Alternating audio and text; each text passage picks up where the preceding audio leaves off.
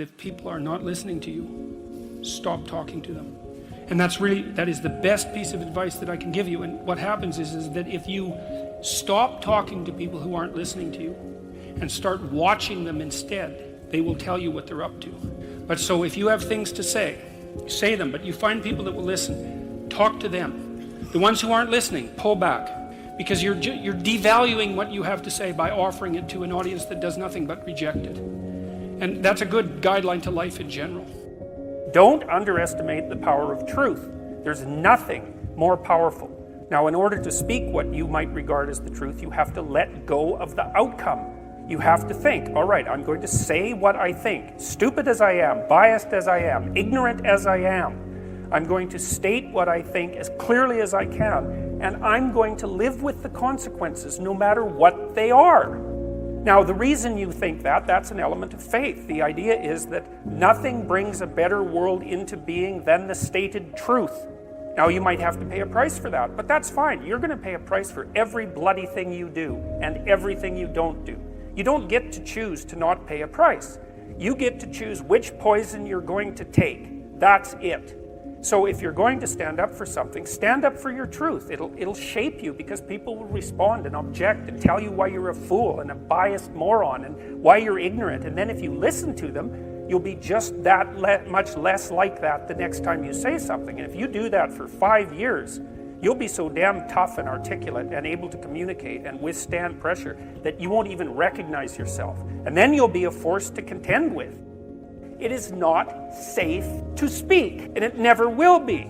But the thing you got to keep in mind is that it's even less safe not to speak, right? It's a balance of risks. It's like you want to pay the price for being who you are and stating your mode of being in the world, or do you want to pay the price for being a bloody serf, one that's enslaved him or herself? Well, that's a major price, man. That thing unfolds over decades, and you'll just be a miserable worm at the end of about 20 years of that, right? No self-respect, no power, no ability to voice your opinions, nothing left but resentment because everyone's against you, because of course you've never stood up for yourself. It's like, say what you think carefully, pay attention to your words. It's a price you want to pay if you are willing to believe that truth is the cornerstone of society. And in the most real sense, if you're willing to take that leap, then tell the truth and see what happens. And nothing better could possibly happen to you. There'll be ups and downs, and there'll be pushback, and there'll be controversy and all of that, but it doesn't matter. The truth is what redeems the world from hell, and that's the truth. And we saw plenty of hell over the last 100 years, and we haven't learned a bloody thing from it. It's like, wake up, tell the truth. Tell the truth, or at least don't lie, and that's a start. And you got to understand that's a risk. I did a lot of counseling work with people who were, coaching work, I guess, with people who were fairly spectacularly successful, and they were usually workaholics. They're the sort of people that were like, they'd work 80 hours a week, just non-stop. That's just what they were like. And one of the things we were always trying to figure out was, well, how much should you work? Because one answer is you just work till you die, right? I mean, you just exhaust yourself, and well, that's not a good idea, and then you have to figure out why that isn't a good idea. It's got to be something like this, is that you don't want to do so much work that the amount of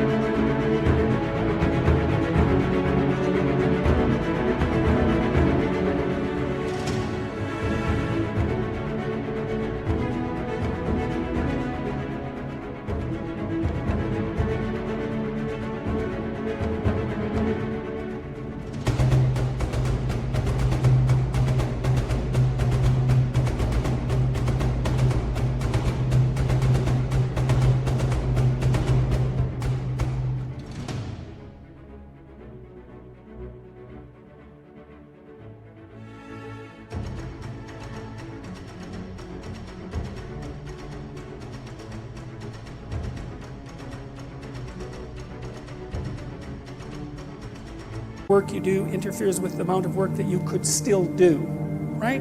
Because if you work like mad for 2 weeks and then you have to lie in a hospital bed for a month, that obviously isn't very productive. So you have to figure out how much you can work diligently and then how much you have to recuperate so that you can get back up and work again. And that's, people have basically settled on something like this and given it the divine imprimatur. That's one way of thinking about it, which is, well, you can toil away for 6 days, and no wonder, because you have to work, but you should rest at least 1 day out of 7, because otherwise, well, you don't appreciate life. That might be part of it. And plus, I think it's more a matter of iterability, because one of the things that defines morality is the capacity to repeat something, right? So if something is properly structured in a moral manner, then you can do it over and over and over again without any degeneration.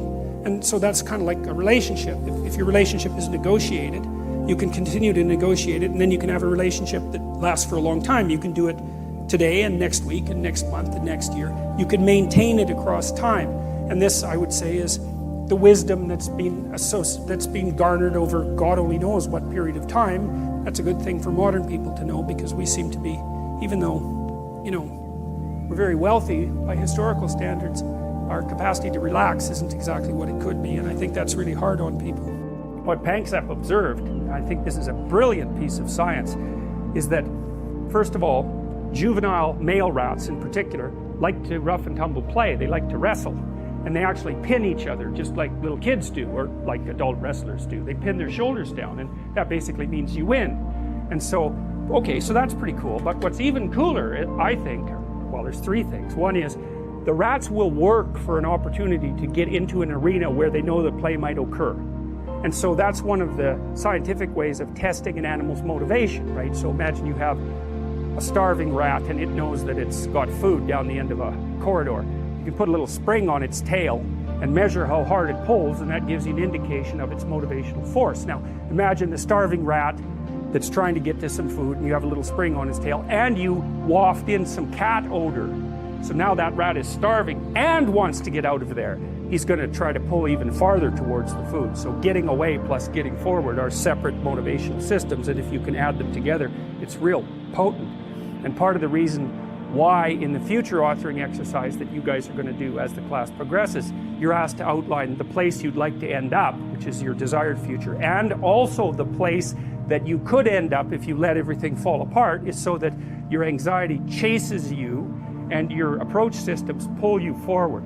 You're maximally motivated then. And it's important, because otherwise you can be afraid of pursuing the things that you want to pursue, right? And that's very common. And so then the fear inhibits you as the promise pulls you forward, but it makes you weak because you're afraid. You want to get your fear behind you, pushing you. And so what you want to be is more afraid of not pursuing your goals than you are of pursuing them. It's very, very helpful.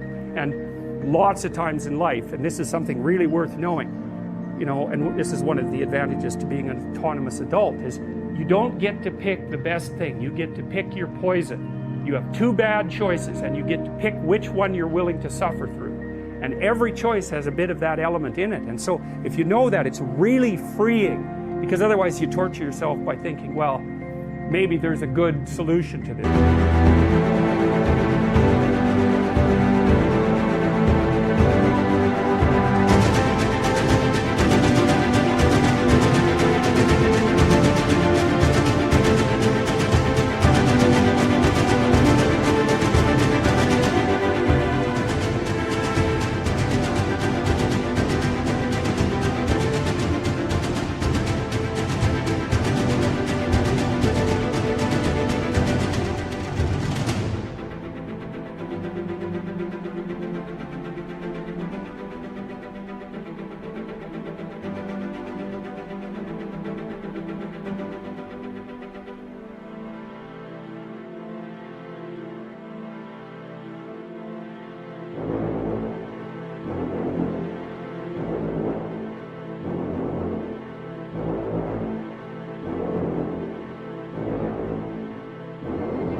Compared to the bad solution. It's like, no, sometimes there's just risky solution 1 and risky solution 2. And sometimes both of them are really bad, but you at least get to pick which one you're willing to suffer through. And that actually makes quite a bit of difference, because you're also facing it voluntarily then, instead of it chasing you. And that is an entirely different psychophysiological response.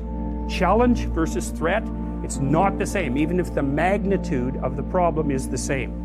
And so putting yourself in a challenging, let's call it mind frame, you can't just do that by magic. Putting yourself in a challenging mind frame is much easier on you psychophysiologically, because you don't go into the generalized stress response to the same degree. And you're activating your exploratory and seeking systems, which are dopaminergically mediated and that involve positive emotion. So if you can face something voluntarily rather than having it chase you, it's way better for you psychophysiologically. So that's partly why, well, it's worthwhile to go find the dragon in its lair instead of waiting for it to come and eat you. So, and especially when you also add the idea that if you go find the dragon in its lair, you might find it when it's a baby instead of a full-fledged bloody monster that is definitely going to take you down.